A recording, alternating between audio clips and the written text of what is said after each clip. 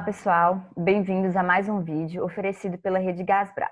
Meu nome é Joyce Castro e faço parte da equipe Gasbras Seção Minas Gerais. Hoje damos as boas-vindas aos convidados Rubens Martins Moreira e Marcelo Valença. Eles irão falar sobre os impactos ambientais na indústria de gás não convencional. Para quem não conhece, o Gasbras se trata de uma rede temática nacional de pesquisa e desenvolvimento de gás não convencional no Brasil. Essa pesquisa é constituída por várias instituições federais, estaduais e não governamentais de todo o país, amparado financeiramente pela Fundação de Estudos e Projeto FINEP. O objetivo central do projeto é estudar a melhor forma para o desenvolvimento da indústria de gás não convencional nas bacias sedimentares do Brasil. Neste primeiro vídeo, o professor Rubens Martins abordará sobre os radionuclídeos na rocha geradora e o potencial de geração de NORM na exploração de gás. O Rubens é engenheiro químico e mestre em Ciências Técnicas Nucleares, ambos pela Universidade Federal de Minas Gerais, e doutor em Engenharia Química pela Universidade do Estado da Carolina do Norte. Atualmente é aposentado e pesquisador sênior da Comissão Nacional de Energia Nuclear, no Centro de Desenvolvimento da Tecnologia Nuclear, no Serviço de Meio Ambiente e Técnicas Nucleares. Rubens foi diretor do Sindicato dos Engenheiros no Estado de Minas Gerais, membro do American Nuclear Society, conselheiro do Conselho Municipal de Saneamento da Prefeitura de Belo Horizonte e do Conselho Regional de Engenharia, Arquitetura e Agronomia do Estado de Minas Gerais. Atualmente é professor do curso de pós-graduação em Ciência e Tecnologia das Radiações, Minerais e Materiais do CDTN. Atua profissionalmente na área de aplicação de técnicas nucleares aos seguintes temas: processos de transporte no meio ambiente e em sistemas industriais, desenvolvimento e medição de traçadores radioativos, modelagem matemática com ênfase em exploração de petróleo e poluição de águas. Desde já, o nosso muito obrigado ao convidado e a todos que nos assistem. Com a palavra, o professor Rubens. Bom dia a todos. Então, o nosso tema é a radioatividade que é produzida quando você explora o gás não convencional. Para falar sobre isso, eu preparei uns slides que eu quero mostrar para vocês. Bom, o que a gente está vendo aí nesse primeiro slide? Uma fotografia bastante antiga de uma moça trabalhando num laboratório. Na realidade, essa fotografia é do século, quando ela foi tirada.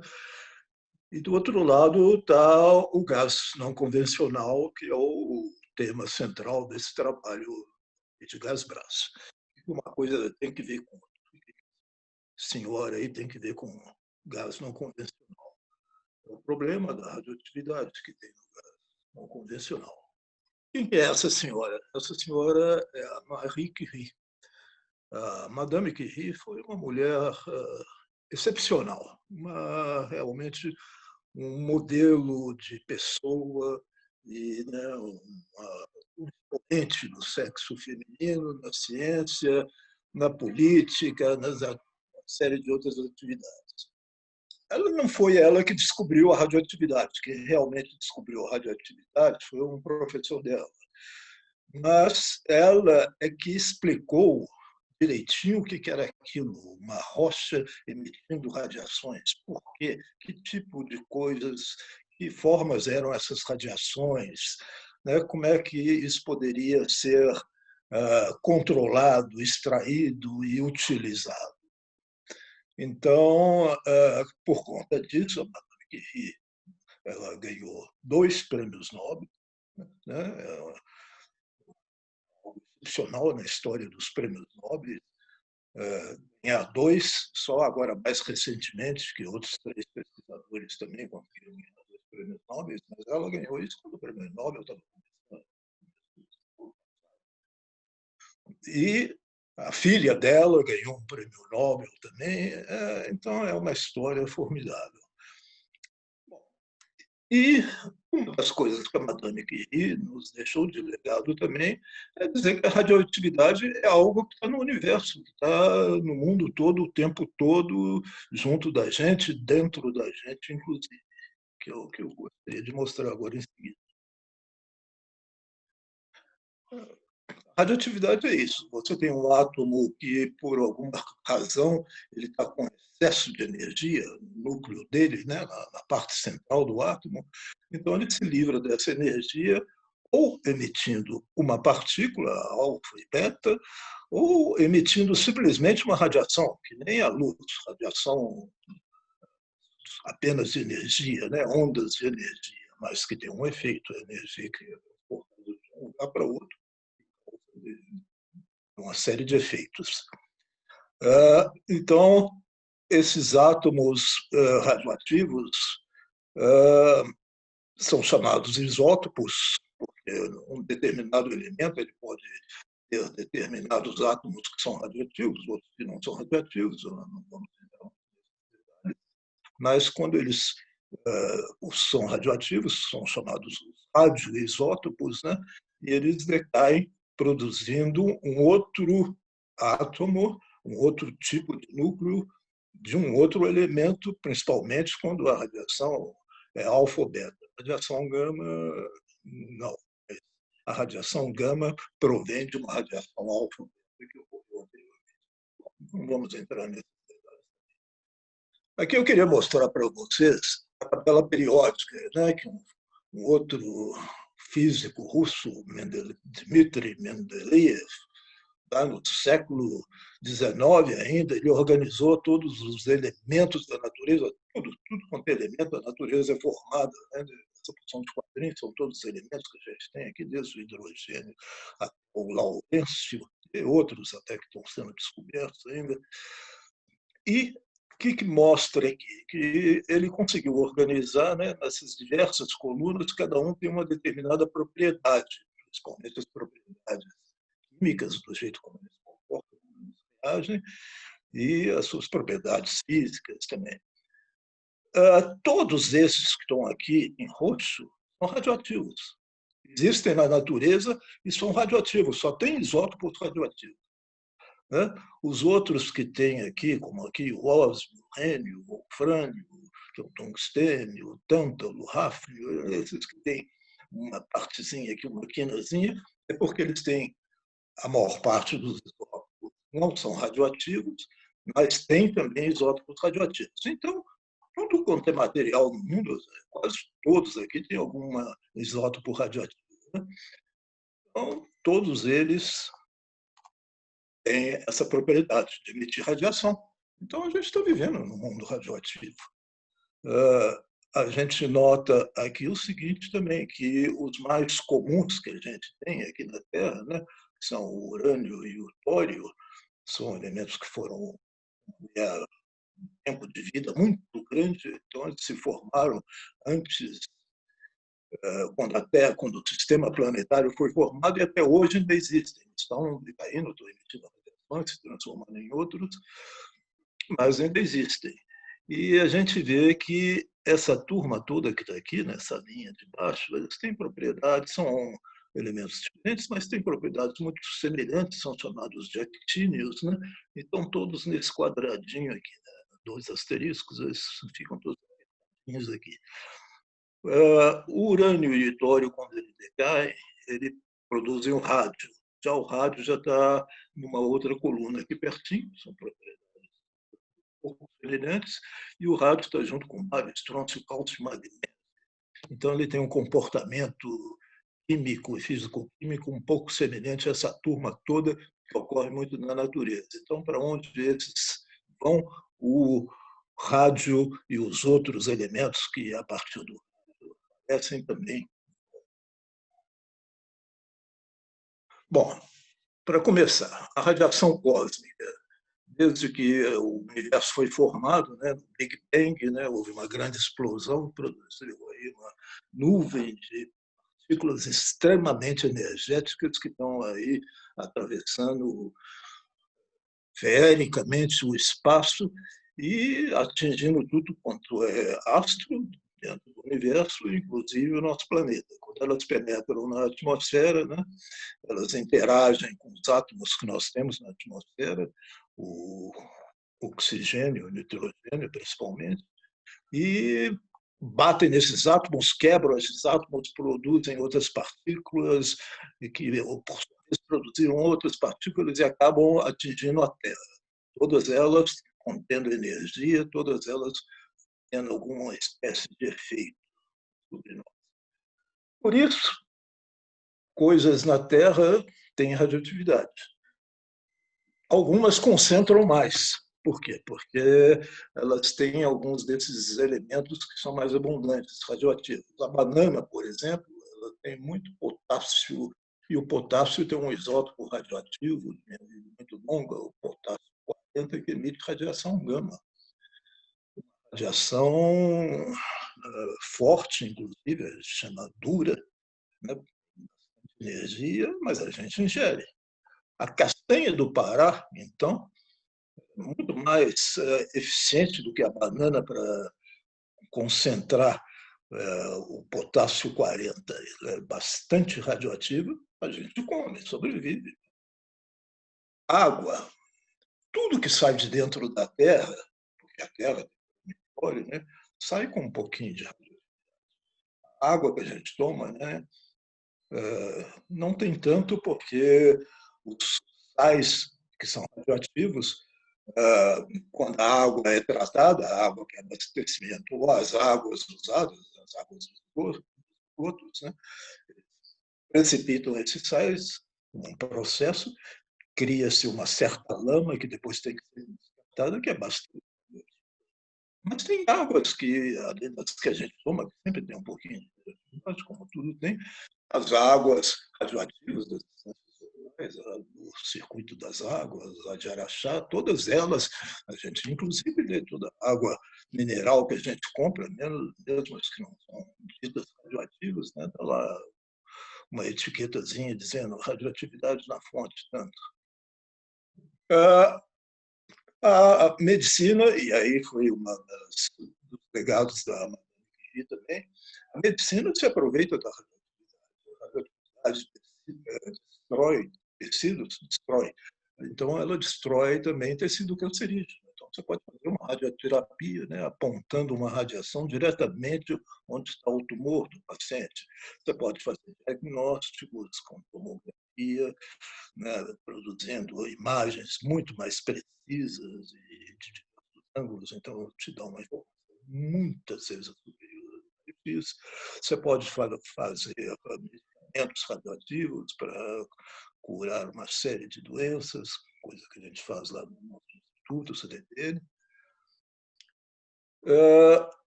Só para a gente ter uma ideia, dentro da gente, né, como eu falei, a gente tem ossos, os nossos ossos concentram potássio, e junto com o potássio vai esse isótopo radioativo, potássio 40. Né, um corpo humano, assim, de 70 quilogramas de um adulto, alguns menos, né, tem tanto de potássio, e esse tanto de potássio emite 4.300 emissões a cada segundo.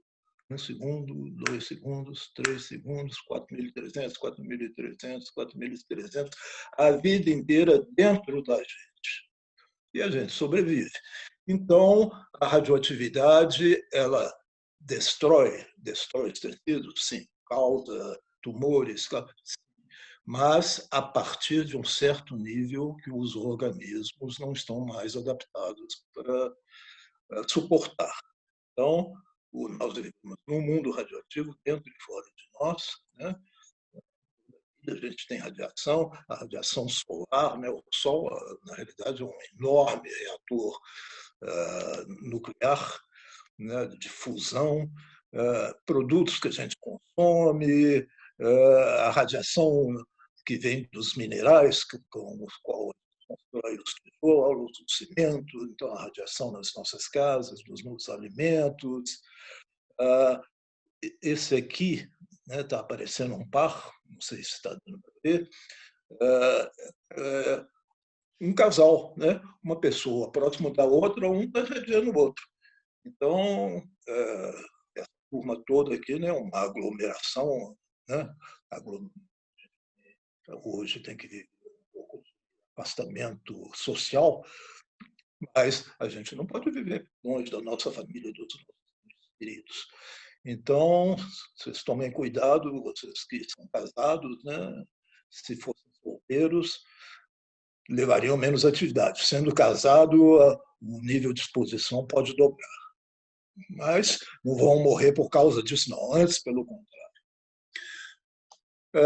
Toda a radiação ambiental, se a gente for resumir aqui numa pizza, né, ela provém, então, dos raios cósmicos, 12%, do que está no nosso corpo e nos alimentos, 15%.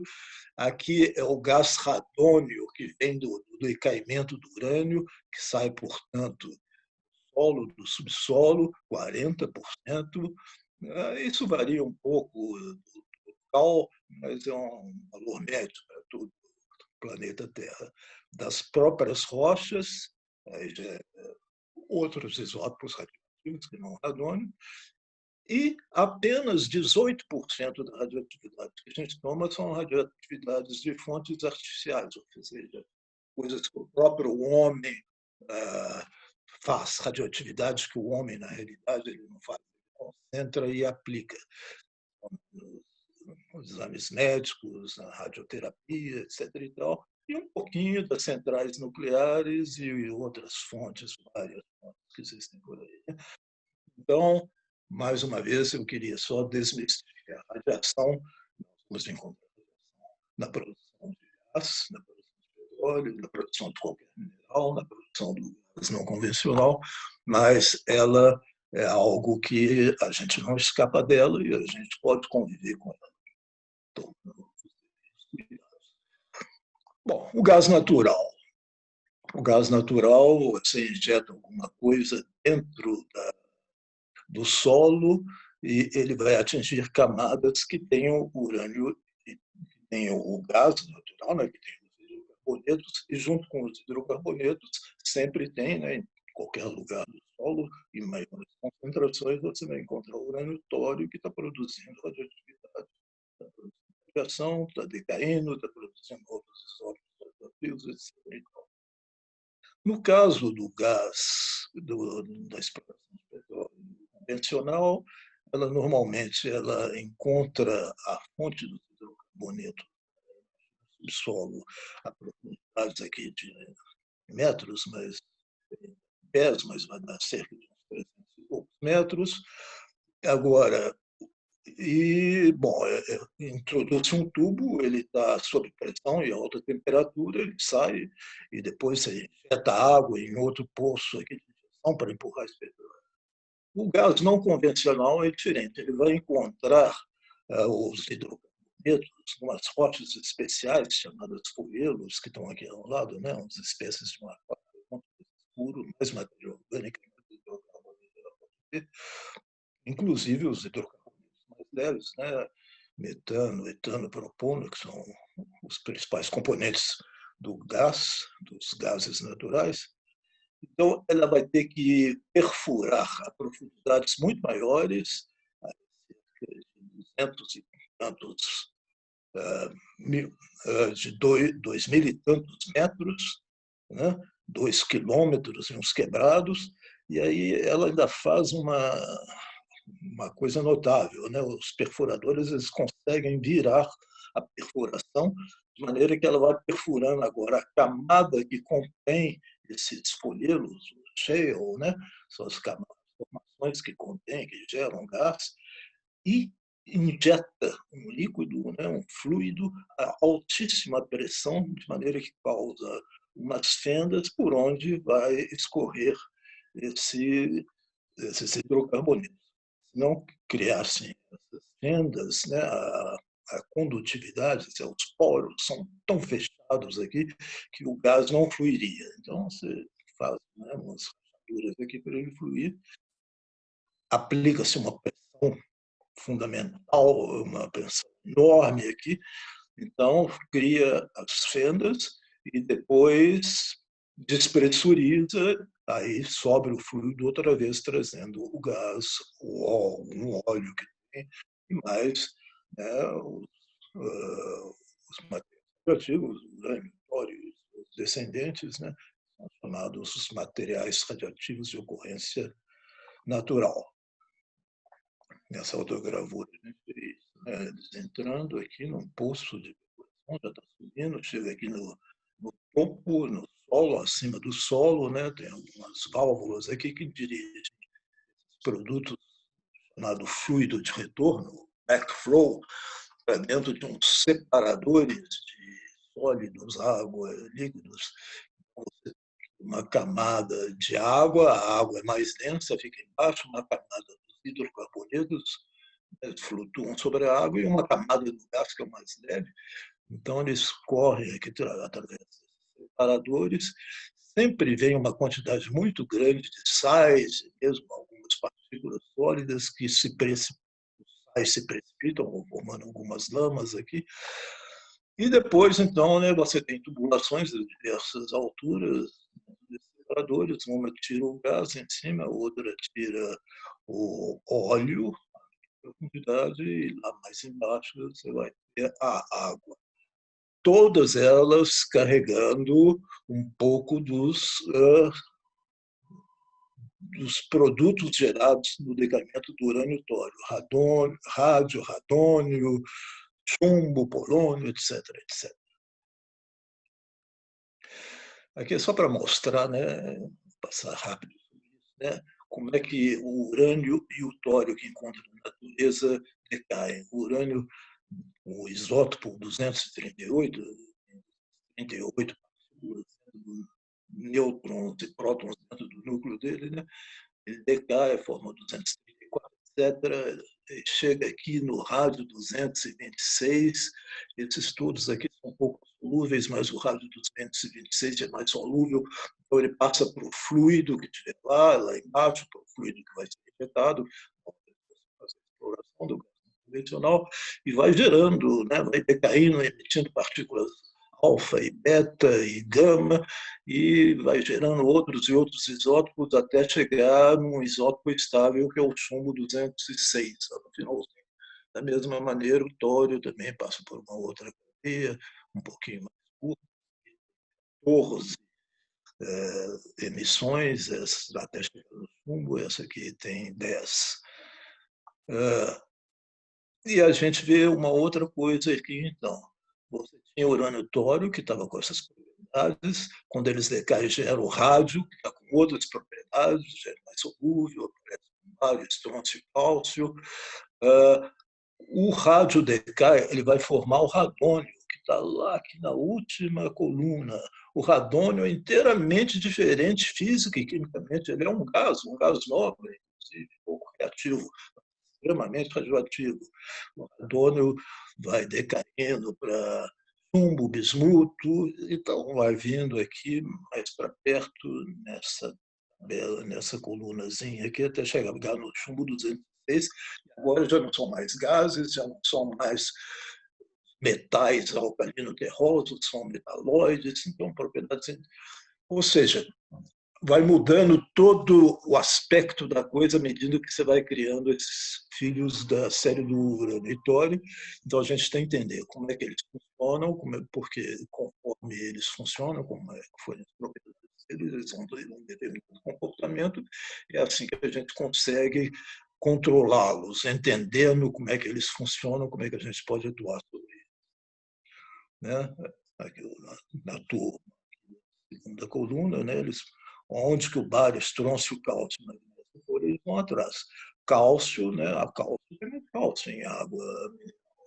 No centro onde eu moro, então as nossas tubulações toda hora, né, ficam cheias de incrustações internas, a gente tem que mandar limpar, porque a água não passa mais. E se o cálcio foi, o rádio foi junto com ela. Né? Onde que o estrôncio vai, onde que o bário vai, né? Se ele encontra um pouquinho de sulfato, que forma um produto insolúvel e vai fazendo as incrustações. Vocês vão ficar com essas transparências. É bastante elucidativo de que vai acontecendo ao longo desses decaimentos. Né? O tório está lá dentro da rocha, ele sai o urânio e o tório estão lá, o urânio de 238 cai para 234, 234 ele pode emitir um alfa, na hora que ele emite um alfa, ele sofre, o alfa sai com muita energia, então ele sofre uma espécie de, quando você dá um tiro de espingarda, um coice da espingarda, então o núcleo que emitiu o alfa sofre um golpe, ele pode passar da fase sólida da rocha, onde ele estava, dentro de um cristal, para a fase líquida, ele pode ser absorvido outra vez, mas ele pode passar para dentro do fluido que está sendo elevado, que está sendo explorado, chega mais com rádio e radônio aqui em cima. O radônio é gás, ele sai, vai para a atmosfera, ele é extremamente difícil de reter o radônio, e na medida que ele vai difundindo pela natureza, ele vai decaindo e vai criando outros radioisótopos que já não são mais gasosos, que caem, né, e ficam no solo, entram pelas plantas, vão para a água e tal, vai mobilizando a radiação. É isso que causa qualquer exploração mineral, inclusive de petróleo, gás, e cada uma com as suas quantidades e características diferentes. Então, quando a gente vai explorar o NORM, né, a primeira coisa que a gente está fazendo agora no nosso trabalho, no projeto Gasbras, né, é ver uma região que já tem indícios de hidrocarbonetos, que é produção de gás, e sobre a questão do NORM é a sigla para material radioativo de ocorrência natural, Normally Occurring Radioactive Material, né? Então, lá, se você levar um detetor portátil de radiação e encostar no solo, numa rocha, você já nota que ele tem, né, um detalhe, o primeiro sinal. Aquilo ali já te diz se aquele lugar, na hora que você for explorar, vai gerar muita radioatividade ou não. Mas são detetores que, evidentemente, não têm precisão nem tanta sensibilidade. Então, para você também conseguir fazer um balanço mais perfeito, você tem que colher amostras, inclusive a profundidades. Na hora que eles estão fazendo as perfurações iniciais, né, eles tiram amostras lá do subsolo, você pode pegá-las, levar no laboratório e medir em equipamentos, em detetores muito mais sensíveis, com gráficos como esses, em cada pico aqui indica um determinado isótopo com uma determinada propriedade e a altura do de radioatividade que ele tem. Bom, para você, então, explorar o gás não convencional, você tem que injetar um fluido. Esse fluido é principalmente água, onde eles botam outros produtos químicos para melhorar as propriedades, a fluidez, botam um pouco de areia para impedir que as fendas tornem a se fechar depois que despressurizar. Então, vai um caldo de coisas ali, né? E gasta muito água, é um dos impactos não convencional tem. Dá bastante água, né? Você viu que são as tubulações, elas vão até 2.000 metros, depois de 2.000 metros elas vão no percurso horizontal, que pode ter 2 quilômetros ou mais também, e isso tem que ser pressurizado, então é água para chuchu que é injetado ali, é um dos impactos, né, que você está explorando isso, você está gastando uma água que é para outros usos, irrigação, consumo humano. Então, aqui são, né, os equipamentos que eles usam para injetar, né, as tubas de alta pressão, quantidade de tanques de água, onde eles vão botar os produtos químicos que você tem, né, para fazer essa exploração. Aí ele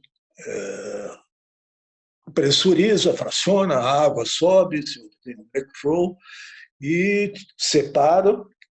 E essa água, a água que depois é rejeitada, tem que ser lançada em algum local. E ela vem com radioatividade também. Então, inicialmente ela é lançada nos tanques aqui de retenção, que tem que ser bem revestidos, né, com pindim, outros materiais impermeáveis, ela não penetrar no solo, mas sempre expira, pode ter acidente, então ela entra pelo solo. São os impactos que a exploração pode ter. Bom, e a água que é aproveitada, né? Então, ela entrou nos separadores e aonde que ela vai concentrar a sua radioatividade, formando, portanto, os materiais de ocorrência nacional, materiais radioativos de ocorrência natural.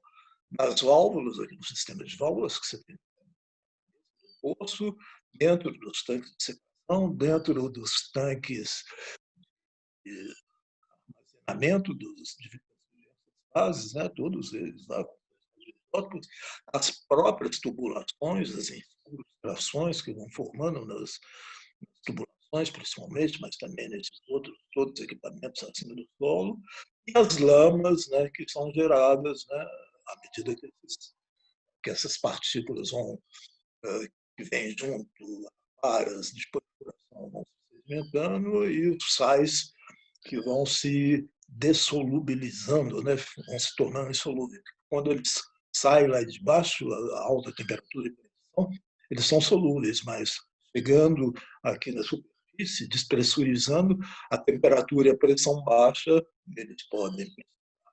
Então, eles formam os enormes, né, materiais radioativos natural, tecnológicos, eles estão mais radioativos ainda, concentrados. Essa tabela que a gente vê, né, que conforme a procedência do óleo, né, conforme uns têm mais radionuclídeos assim, outros radionuclídeos assados, mais ou menos quantidades de radionuclídeos, vêm de diferentes formações geológicas, os processos de produção podem diferenciar também conforme as formações sejam diferentes, né? Então, tem uma série de possibilidades e a gente vê que a quantidade de água produzida varia muito, né, de local para local, a quantidade de gás, de água produzida, de incrustações de lama varia muito, e dentro dessas fases todas, a quantidade de radioatividade varia muito. Aqui, por exemplo, incrustações. Você tem aqui uma medida de Becquerel, vamos dizer, uma medida que pode variar aqui na incrustação entre 100 e 15 milhões. Então, né, cada poço, cada região, cada local tem uma característica diferente. Produtos radioativos, a gente tem que saber quais são esses radioisótopos que estão aí para saber trabalhar com isso e evitar que o impacto seja extremamente beneficioso para a natureza e para os seres humanos.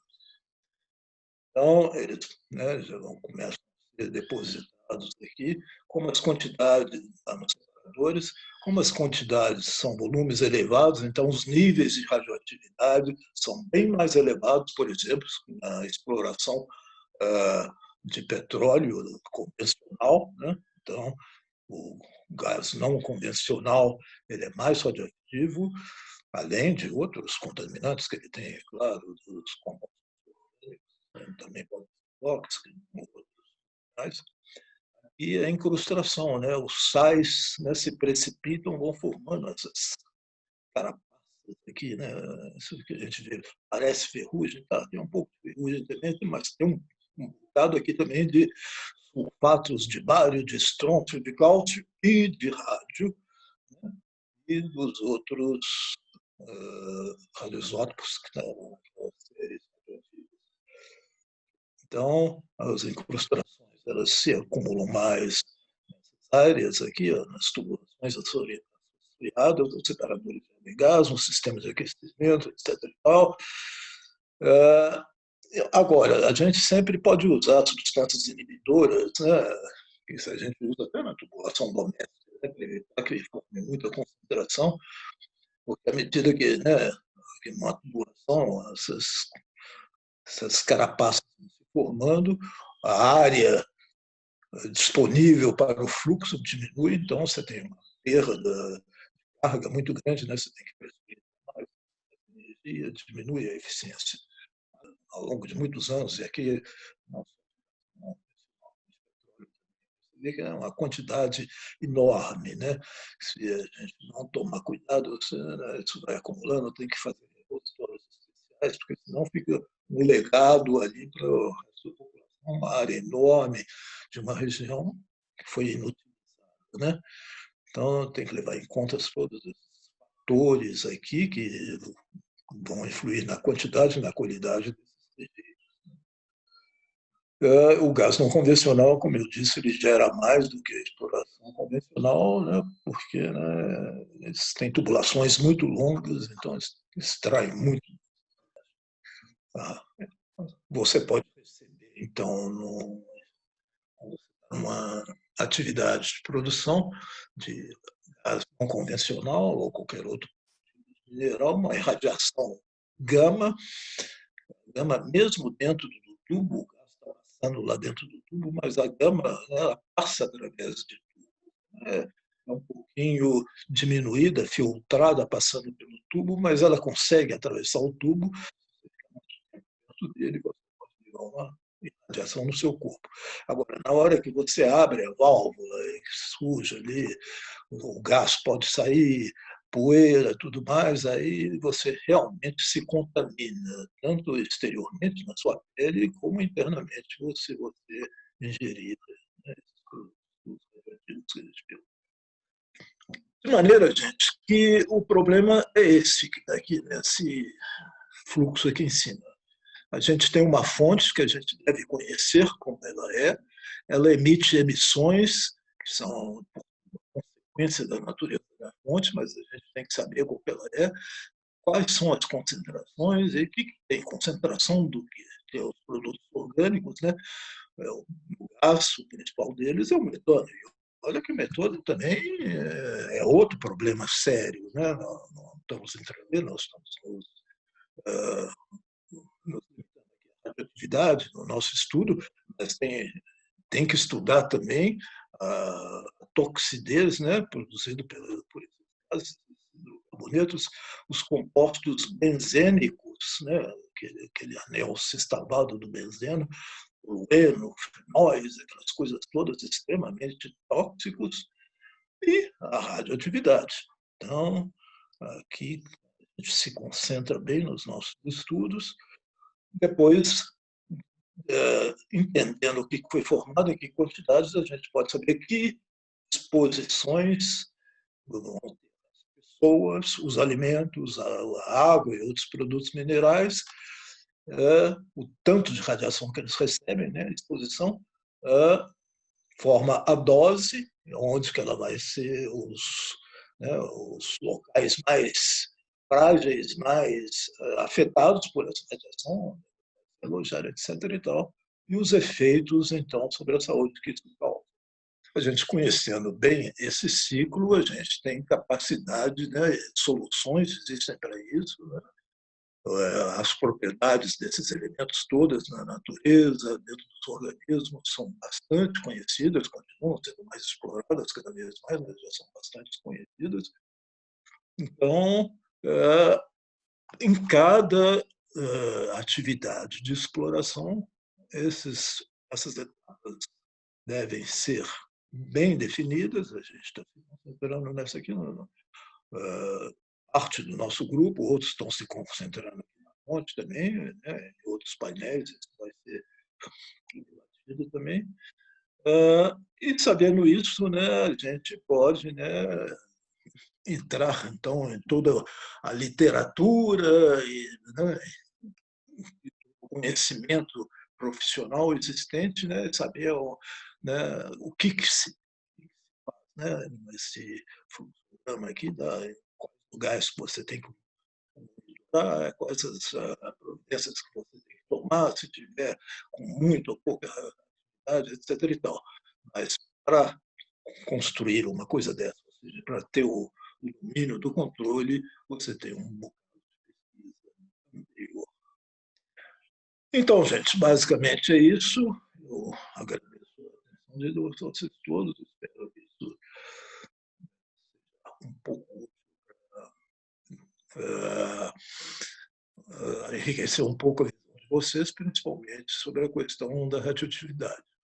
A radioatividade não faz bem, é claro, mas ela existe em níveis suportáveis e a gente tem que evitar que esses níveis se tornem insuportáveis. Muito obrigado.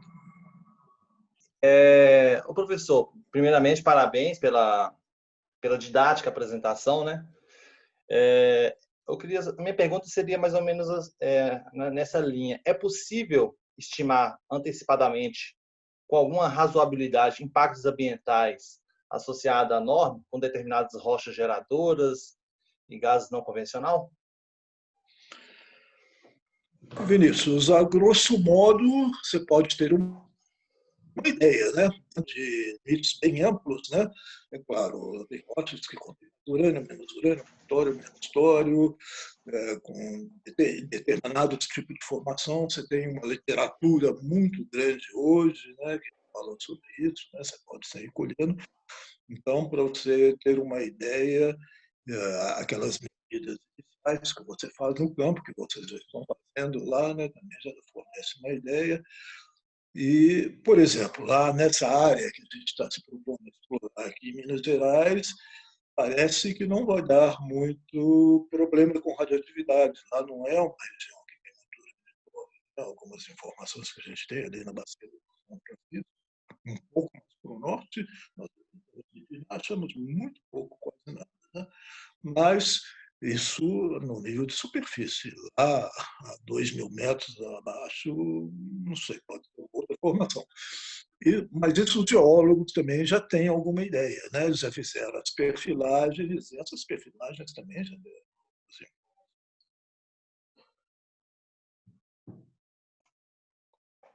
Obrigado. Bom, professor, a gente agradece também, em nome da equipe Gasbras. Eu queria fazer uma outra pergunta também. Qual é a sua visão, assim, né, baseado no fato de que a radioatividade hoje, eu acho que ela tem um certo tabu mesmo, de tudo que ela representa, mas você mostrou muito bem, né, o quanto ela está presente no nosso dia a dia. Mas como você enxerga o planejamento e a ação das indústrias de petróleo e gás hoje no Brasil em relação a essa questão? Você acha que eles têm alguma ação de planejamento contra a presença ou não, a liberação ou não de radioatividade no ambiente, na exploração do gás não convencional? Sim, Joyce, é interessante. Tudo isso, nessas explorações minerais, elas começaram, as pessoas não conheciam antes de saber que existia radioatividade, você estava minerando, né? Desde a época dos egípcios. Né? As atividades na área de hidrocarbonetos, né, também começaram lá pelo século XIX, e depois é que se descobriu que tinha uma opção de problemas, até que dos tóxicos que não eram radioativos. No caso do gás não convencional, especificamente, começou nos Estados Unidos, no Canadá, também assim, o pessoal estava querendo petróleo e foi furando. Aí o pessoal da pesquisa, né, os órgãos ambientais, as universidades, os institutos de pesquisa foram atrás e foram descobrindo. Talvez apenas na Europa, né, questões culturais lá são diferentes, é que o processo tem sido diferente. Eles primeiro pesquisam bastante antes de liberar para a produção mesmo. Mas aqui no nosso continente não tem sido assim. Porém, até que mesmo está mudando também. Nos Estados Unidos, no Canadá, é claro, está mudando. A Argentina tem uma franca atividade muito intensa agora lá, eles também estão estudar. Aqui no Brasil, né, a atividade de hidrocarbonetos concentrada na Petrobras, que também durante muito tempo explorou e foi armazenando as incrustações, os tubos contaminados, etc. E tal, eles tinham esse cuidado, mas mais recentemente eles têm tomado ações específicas, já baseados em estudos da Petrobras, que se formaram nesse assunto, estão cuidando disso e estão cada vez aprimorando mais os cuidados que e sobre o gás convencional, a nossa proposta mesmo aqui no Grupo Gasbras é justamente essa, a gente explorar, estudar bastante antes o que é possível acontecer, antes de começar, né, a extrair e depois não saber, depois é que vai tentar entender o que vai fazer com aquilo.